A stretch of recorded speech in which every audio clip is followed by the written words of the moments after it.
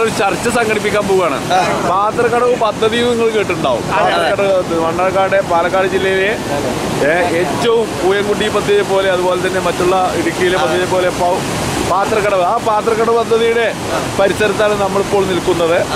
പിന്നെ ഈ പാത്രക്കടവ് പദ്ധതി നടപ്പാക്കിയാൽ പരിസ്ഥിതിക്ക് എന്തെല്ലാം തരത്തിലുള്ള കോട്ടമാണ് പിന്നെ തട്ടുന്നത്? എന്താണ് നിങ്ങളുടെ പ്രകൃതിയെ നശിക്കും, രമണീയമായ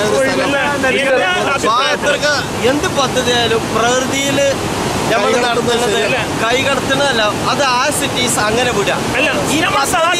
സാധ്യതകൾ പരമാവധി ഉപയോഗിച്ചുകൊണ്ട് പ്രകൃതിക്ക് ദോഷം പറ്റാത്ത രീതിയിൽ പരമാവധി ആ സാധ്യതകൾ ഉപയോഗിക്കണം. നമ്മുടെ നാടിന്റെ വികസനത്തിന് ആവശ്യമാണ്. അവർക്ക് എന്ത് വികസനം അവിടെ വരാൻ പോകുന്നത്? അല്ല, ഞാൻ പ്രകൃതിയെ നശിപ്പിച്ചിട്ട് എന്ത് വികസനമാണ് പാത്രക്കടവ് പദ്ധതി? നമ്മൾ ഒരുപാട് കാര്യങ്ങൾ ഒരു കാര്യം പറയാനെന്തറിയോ, പ്രത്യേകിച്ച് നമ്മൾ ഇന്ന് കേരളത്തിൽ വൈദ്യുതിയുടെ ക്ഷാമത്തിന് നേരിട്ടുകൊണ്ടിരിക്കുകയാണ്. നമ്മളെ കേരളത്തിൽ ഇപ്പോൾ ജലത്തെ ആശ്രയിച്ചുകൊണ്ടാണ് നമ്മൾ എല്ലാ പദ്ധതികളും. അപ്പോൾ ജലസംബന്ധമായ ഈ പ്രദേശം വീണ്ടും ഈ പ്രകൃതിക്ക് ദോഷം പറ്റാത്ത രീതിയിൽ നമ്മൾ ഉപയോഗിക്കുകയാണെങ്കിൽ തീർച്ചയായിട്ടും നമ്മൾ ഈ പ്രദേശത്തിന് ഇത് ദോഷം പറ്റാത്ത രീതിയിൽ ഞാൻ പറഞ്ഞു